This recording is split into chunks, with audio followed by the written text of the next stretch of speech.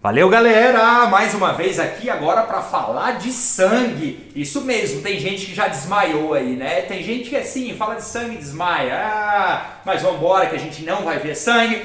A gente só vai falar sobre esse tecido, que é um tecido, é isso mesmo. É um tecido conhecido como hematopoiético. Tem um izinho, poiético, não é poético, apesar do sangue representar aí as paixões, o crush que você não vê há tempo. Tá? A gente vai ver o que tem no sangue e a função de cada estruturazinha que tem nesse tecido fluido que corre pelos nossos vasos sanguíneos.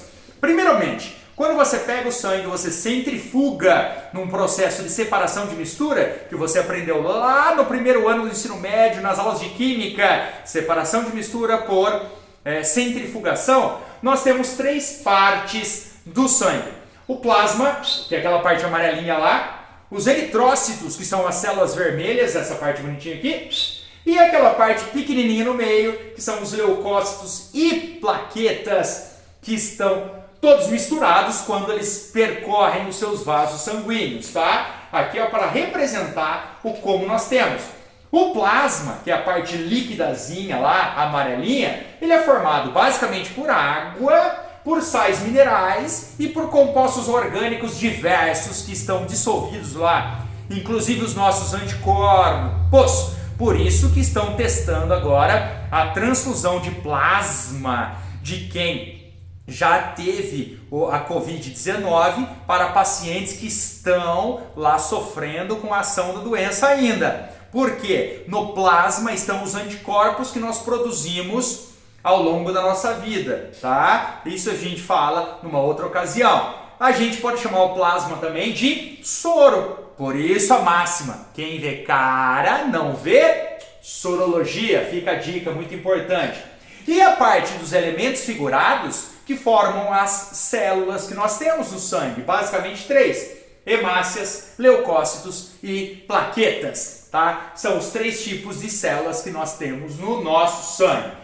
Começamos então pelo plasma. É uma solução aquosa, onde você tem compostos orgânicos, hormônio, vitamina, aminoácido, glicose, alguns sais e bastante proteína, como albumina, globulina, trombina e fibrinogênio, que a gente vai falar sobre elas daqui a pouco, belezinha? E agora a gente entra então nas hemácias ou glóbulos vermelhos ou eritrócitos, que são as células sanguíneas sem núcleo. Como ela não tem núcleo, ela tem esse formatozinho aqui bicôncavo, porque o núcleo, como ele é globular, ele ocuparia um espaço significativo na célula. Então, como não tem, né, não tem esse espaço. Por que não tem núcleo? Porque ela transporta oxigênio. Então, se você não tem núcleo, você tem um espaço maior para colocar hemoglobina dentro da célula, aumentando a eficiência no transporte de oxigênio. Dessa maneira, como ela não tem núcleo, a vida de uma hemácia é muito curta, né? Ela não tem metabolismo, então ela vai morrer aproximadamente 120 dias. É a maior parte do nosso sangue, portanto, é formado por hemácia, por isso que ele é vermelhinho, bonitinho, desse jeito, tá? Essas hemácias, depois que elas morrem, vai acontecer o que com ela? Ela vai ter que ser produzida. Quem produz a hemácia é a nossa medula óssea, a medula vermelha do nosso osso. Não é? O que é isso? A sua avó chama de tutano. Se você estiver almoçando agora uma coxa de frango, quebra a coxa de frango, olha lá dentro, você vai ver uma parte esponjosazinha, bonitinha, que é a sua medula óssea, no caso do frango, não a sua, né? E a hemácia que morreu, ela vai ser degradada pelo fígado, esse órgão que você judia tanto.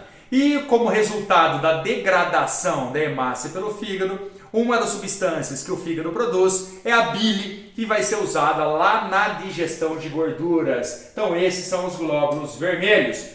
Os leucócitos, são os glóbulos brancos, eles têm função de defesa. Também é produzido na medula óssea. E olha só a importância que ele tem. Defesa. Galera, nós estamos vivos até agora, boa parte disso é por conta dos nossos glóbulos brancos, que são as células que são capazes de sair da circulação sanguínea entrar na circulação linfática também e ir para os tecidos onde está sendo invadido por algum organismo causador de algum tipo de doença. Galera, a medula óssea, portanto, ela fabrica as células linfóides, né, que dão origem aqui aos nossos linfócitos, e as células mieloides, que dão origem a outros tipos de células do sangue. Vamos diferenciá-las agora. Os leucócitos, galera, eles são divididos em dois grupos, os granulócitos e os agranulócitos. Granulócito significa que ele tem muita vesícula formada por lisossomos, ou seja, ele tem muita enzima.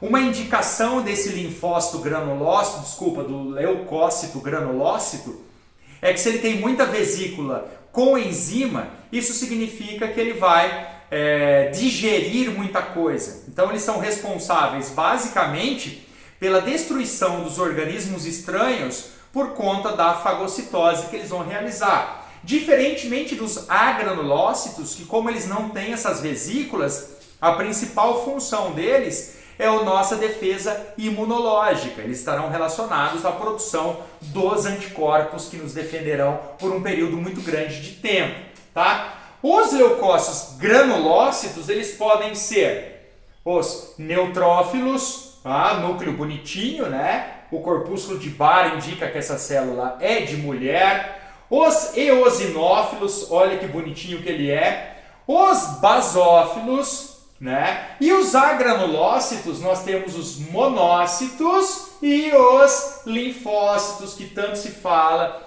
que é responsabilidade deles a produção dos nossos anticorpos, tá certo, galera? Muito bem. As plaquetas, elas são fragmentos de células chamadas de trombócitos. E a principal função das plaquetas é a coagulação do sangue. Então, na dengue, por exemplo, ela reduz a quantidade de plaqueta. Por isso que ela é conhecida como dengue hemorrágica. Que se você não tem plaqueta, seu sangue não coagula. E quando a gente fala de plaqueta na coagulação, nós temos aqui uma reação em cadeia, na verdade, que desencadeia o processo de coagulação. Primeiro tem que ter uma lesão no tecido. O tecido é um vaso sanguíneo, ele tem que se romper. Daí vai se agrupar naquele lugar uma quantidade de plaqueta que vão liberar a tromboplastina. Que na presença do cálcio, né, a tromboplastina, na presença do cálcio, ela é capaz de transformar a protrombina em trombina, que vai ativar o fibrinogênio produzindo fibrina, que é o coágulo. Sim, é um processo fisiológico mais complexozinho. Mas nós estamos aqui para indicar o que nós encontramos no nosso sangue. Beleza? Forte abraço, já que o assunto é esse. Um forte afago nos corações que sofrem pela distância que estamos nesse momento. Beijo no coração. Tchau.